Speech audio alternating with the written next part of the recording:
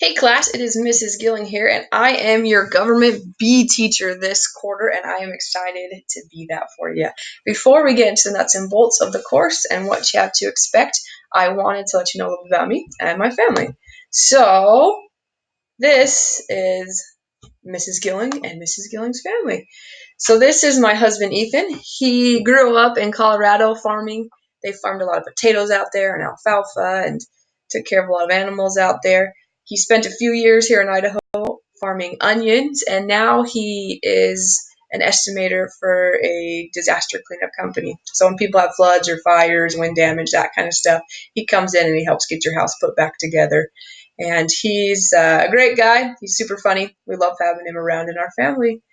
And this, let me show you a better picture, a more updated picture of our girls, because you see there's one missing in this picture. So we have three little girls. This is Taylor. She's our oldest. She is almost 5 years old, and she loves gymnastics. She will see her running around the house doing flips, tumbles. She goes to a class every week that she really enjoys.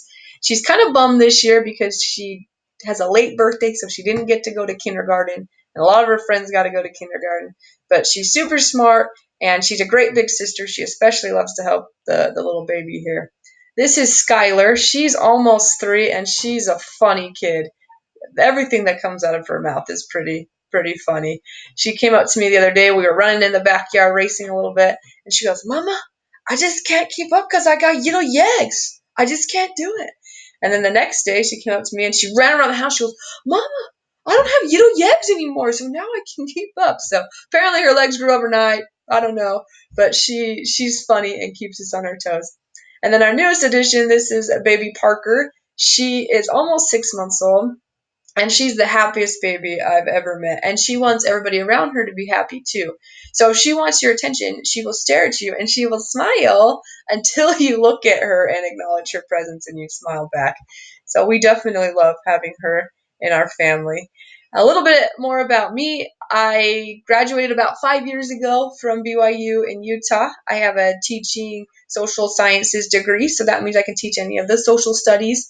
I love being with my family. We love BYU football. Sorry, any BSU fans out there. We are BYU football fans in this house. We love watching the Cougars.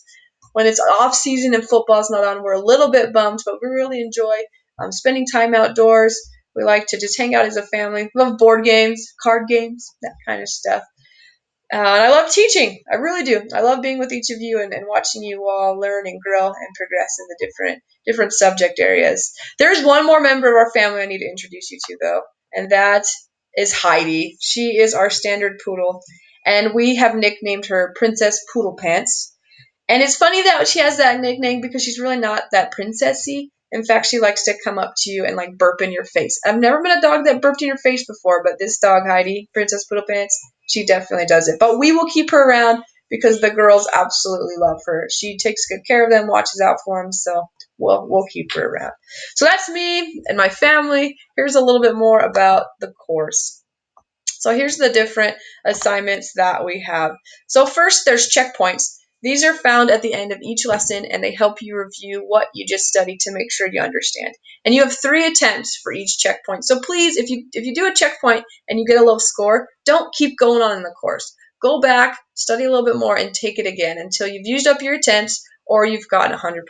If you're not passing your checkpoints, you're probably not going to pass the tests. So you really want to do well on those. Discussions are worth 15%, and I have a discussion rubric that's embedded in the course that gives you some specific details on what you need to do. But the nuts and bolts of it are you need to write at least a complete paragraph. You need to do 3 to 5 sentences, and you need to focus in on the question. Now, sometimes there'll be like 2 questions within one discussion thing. If that happens, you only need to pick one of the questions, but you need to answer them thoroughly, okay? Exams are worth 20%. So this course has 4 exams, and they're found at the end of each unit. And then I have study guides that are there to help you. You're not required to fill them out, but you will do much better on the exams if you do. I only allow 1 attempt on exams, so it's really important to do well that first time and to be successful and to make sure you're doing all of your checkpoints and whatnot. Projects are worth 20%. There are 2 projects in this course. I'll be talking about your first project in just a little bit. I allow up to 3 attempts on the projects, And so, if you turn it in and you don't get the grades you want, make some edits, revisions, look at the feedback I left, turn it in again, and you'll get a higher score. So really, it's totally up to you in this course how successful you're going to be. Workbooks are worth 10%. These are questions that you answer throughout your lessons. You're probably familiar with them. You have an unlimited number of attempts on them, so there's no reason not to get 100% on your workbooks. If you don't get it right the first time, try again. If you don't get it right again, try again until you figure it out. You see, if you're not getting 100% on it, it means that you don't understand the material. I really want you to understand the material there. Last but not least are video assignments, and these are worth 10%. So they are at the beginning of each unit, and they help you better understand the projects or different material in the course. And usually they're made by me, so they're pretty awesome. So you really should watch them and answer the questions at the end. So they're really easy questions. Things like, did you watch the video? What do you have to do for your project? Pretty much the easiest 10% you can get in a class. So please, please watch the video assignments. You'll do better on your projects if you do, and you'll get a higher grade if you do as well. So let's go in, now that you know about the course, what's expected of you. I want to let you know more about your first project. So this project is called Citizens' Responsibility, and here's your prompt. As citizens of the United States of America, we have many rights. Along with those rights come responsibilities. Dun, dun, dun. 4 of the main responsibilities associated with being a United States citizen are voting, running for office, serving in the military, and understanding the role of the media in society. In a well-thought-out 6-paragraph essay or 7-slideshow presentation, discuss the importance of each of those responsibilities. So you may look at those and be like, well, I don't have to do that. But really, each of those responsibilities are responsibilities citizens have because, what if nobody ran for office? What if people didn't serve in the military? Think of times in the country when you were required to serve in the military if your number came up, if you were drafted, like in Vietnam. And think about how important it is to vote. And think about what is the role of media in society today? What role does it play? Here's a little more about your options. Like I said, you can choose on this one. I want to give you a little bit of freedom. You can either write the essay or you can do a slideshow presentation. But here's the requirements for each one. So first off, your paper requirements. You need to start with an introduction. Your introduction paragraph is worth 20 points. Start with some sort of an attention grabber. Don't just go straight into your essay, but bring the reader in. Maybe share an interesting fact associated with the topic. Maybe start with a question. Maybe a short story that's out there. Maybe an interesting fact. But share something that brings the reader in. Then your thesis statement. Let the reader know the main point of your essay. You need to tell the reader that you're talking about responsibilities that United States citizens have. And then state your 4 main points. Your 4 main points are the 4 responsibilities. You need to have 1 paragraph for each of those responsibilities. Now, within those paragraphs, you'll have four body paragraphs. You'll have, 1 paragraph for each responsibility. In each of those paragraphs, you need to first explain why that responsibility is important. So, for instance, if you were doing your paragraph on voting, you would say voting is important because, and let the reader know why that's an important responsibility. Then I want you to dig a little bit deeper and let the reader know what might happen if citizens didn't vote. What would happen? And make a paragraph all about voting. Then you're going to make a second paragraph about serving in the military and talk about why that's an important responsibility. And then say what might happen if people didn't serve in the military. What if we didn't take that responsibility seriously? And you're going to do that for each of the responsibilities. When you're done with that, you're going to have a concluding paragraph that's worth 20 points. You're going to restate your thesis statement, remind the reader what the main point was, and then summarize the 4 main points again for the reader.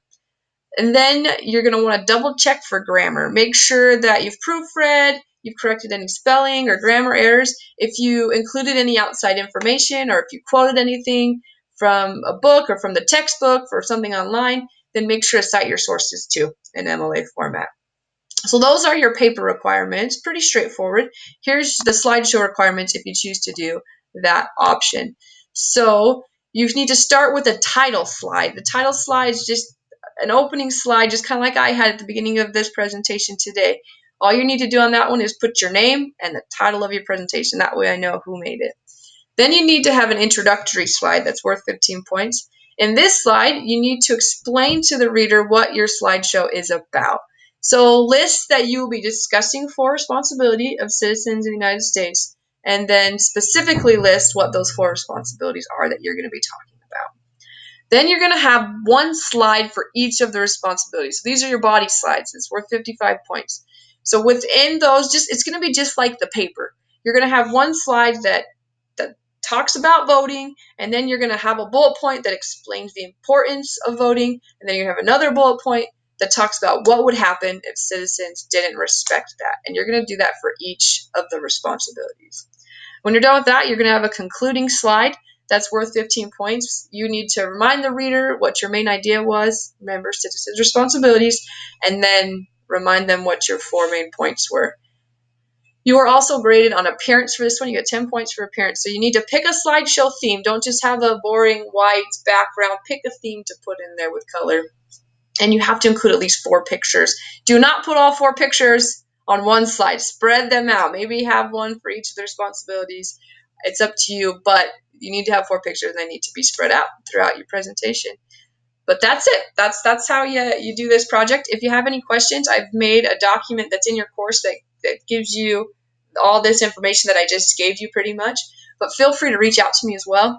You can email me, you can call me, text me, come to my live office. I have that on Tuesdays from 11 to 12. You can send me an instant message, whatever works for you. But please, if you have questions, reach out to me. That's what I'm here for. I'm your teacher. I would much rather answer your questions and sit and just grade papers all day.